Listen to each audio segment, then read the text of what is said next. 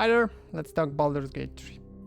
So the game was released in early access this week, and since a lot of streamers, huge streamers, gave it a chance, I see more and more people asking, is this game worth $60 in its current state to play it? Since I had a chance to play that game on my stream, link down below, I think I can help you make an informed choice. So the quick answer would be, it's your money, do whatever you want with it, but if we want to go into the details, we need to first structurize it a bit. First of all, let's clarify what early access is, because that may be your first contact with such term. Early access, putting in simple words, is a better pre-order.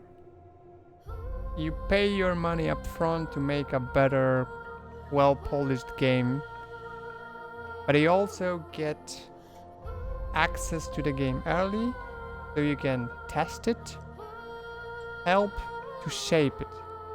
You can provide feedback that can change even fundamental decisions in the game. That's something that you cannot do with patch notes later on once the game is released. But for sure, it's not buying an early access to a finished full game. That's not the case in almost any early access. You get a game that's currently, I would say, in a beta state, that crashes, has performance issues, graphic bugs, clunky UI, content limited compared to other cRPGs. You have to know what are the limitations and things that are there. Okay, since we have the basics done, now the recommendation. I decided to give you few recommendations based on your background, so you can choose the one that's most adequate to you. Okay, first, Larian enthusiast. You played at least Divinity Original Sin 2 and you loved it. You know that Larian can create a masterpiece, and you like their writing, the narrative process that they go through. You even probably played Original Sin 2 early access, so you know the drill that we have not polished game that transforms into a beautiful diamond. So if you are in this group, and what are you still doing here? Go there and help do the best game that we can. Yeah, but seriously, if you are fine with playing the game that's not yet finished and lacks polish, give it a try. This is a really fun experience, even in the state that's currently is. Okay, second group, 5th edition D&D player. You play tabletop sessions regularly using 5th edition rulebook. You know what concentration is, that cantrips are awesome, and drinking coffee is just a bonus action to eating breakfast. Then that recommendation is for you. Now, you already know what early access is, because we covered that before. And if you are fine with that, and the fact that you get a limited content that you probably will have to replay when the full release is available, then I recommend that you give it a try. Because Larian is hoping for people like you to help them recreate the magic of tabletop experience in their game. They are hoping to bring as many tabletop players trying to recreate the feeling that you have when you play with your friends on Friday evening. The best people to provide good feedback for that, best feedback, are you guys. So if you can, if you want, it probably is a great favor to Larian, but it's up to you. Okay, the third background I will call Baldur's Gate 1 and 2 Fanatics. You played and loved Baldur's Gate, the Ball-Spawn saga, the whole saga. You're still hoping to see Minz and Boo in Baldur's Gate 3. You have multiple nights where you dreamed about building your next hero, choosing your team composition. Here's the tricky part. Wizards of the Coast want a game on a 5th edition AD&D system that's easy to understand, easy to jump in. And that's why they chosen Larian Studios, because they've proven they are capable to do that with Original Sin 1 and Original Sin 2.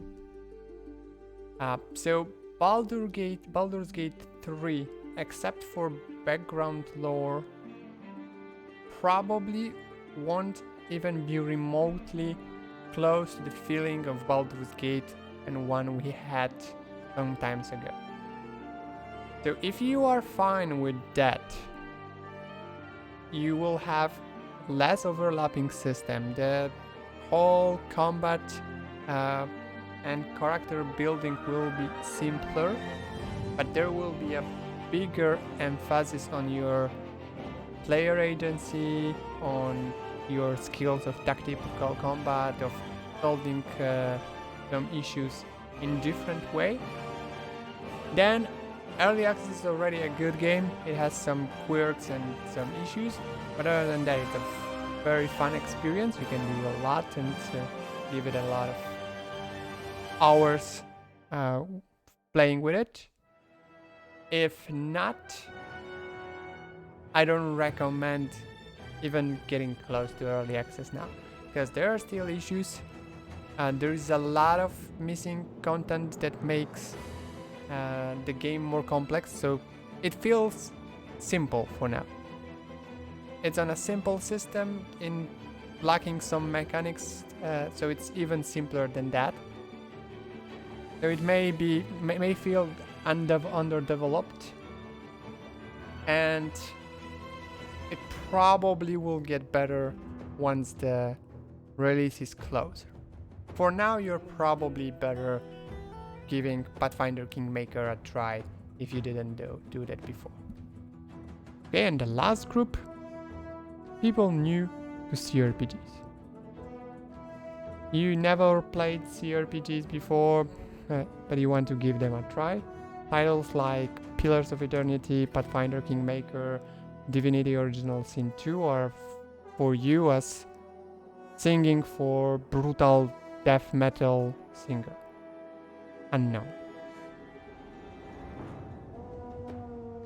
So if you fit here, and the Early Access would be your first contact with cRPG,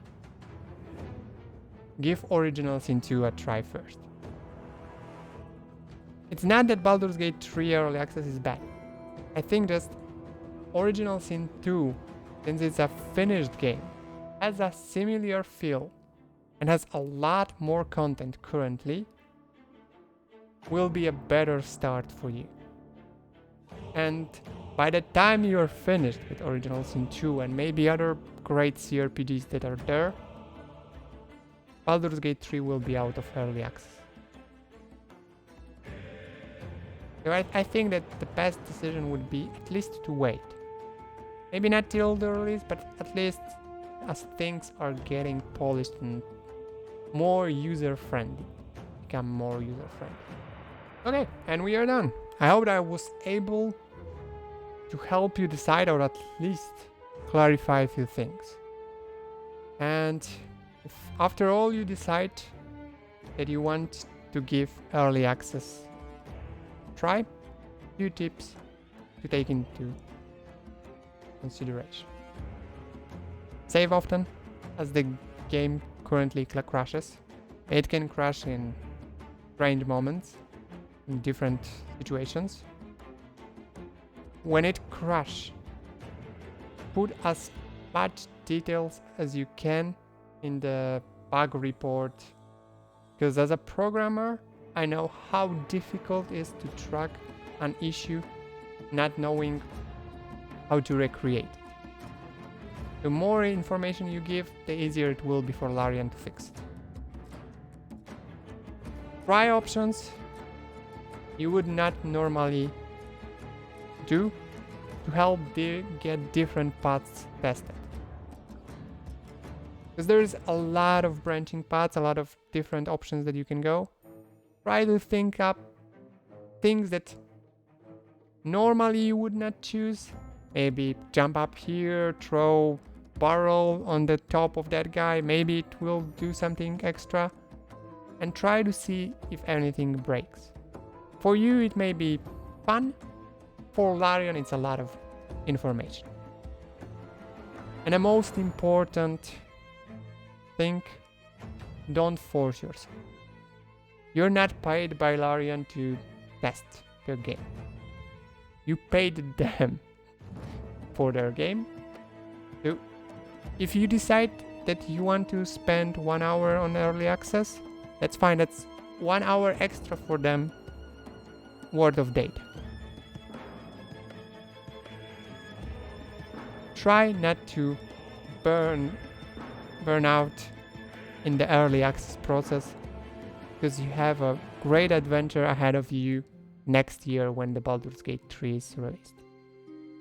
So everything in moderation, as they say. And with that, we'll end the video, as it got longer than I initially planned. I'll probably be editing it till release of Baldur's Gate 3, so it will be pointless by that time. But we'll see. Anyhow, if you want to talk with me about Baldur's Gate, discuss changes, things, or just share your thoughts, I stream on Twitch TV.Strata Online every weekend. So we can talk there, or you can leave a comment here. If you liked the video or found it helpful, leave a like. It helps other people to find that video. Also remember to subscribe to the channel for more content about games and stuff. I'm Strata, and I hope to see you next time. Here is the tricky part. That's group that I'm in also.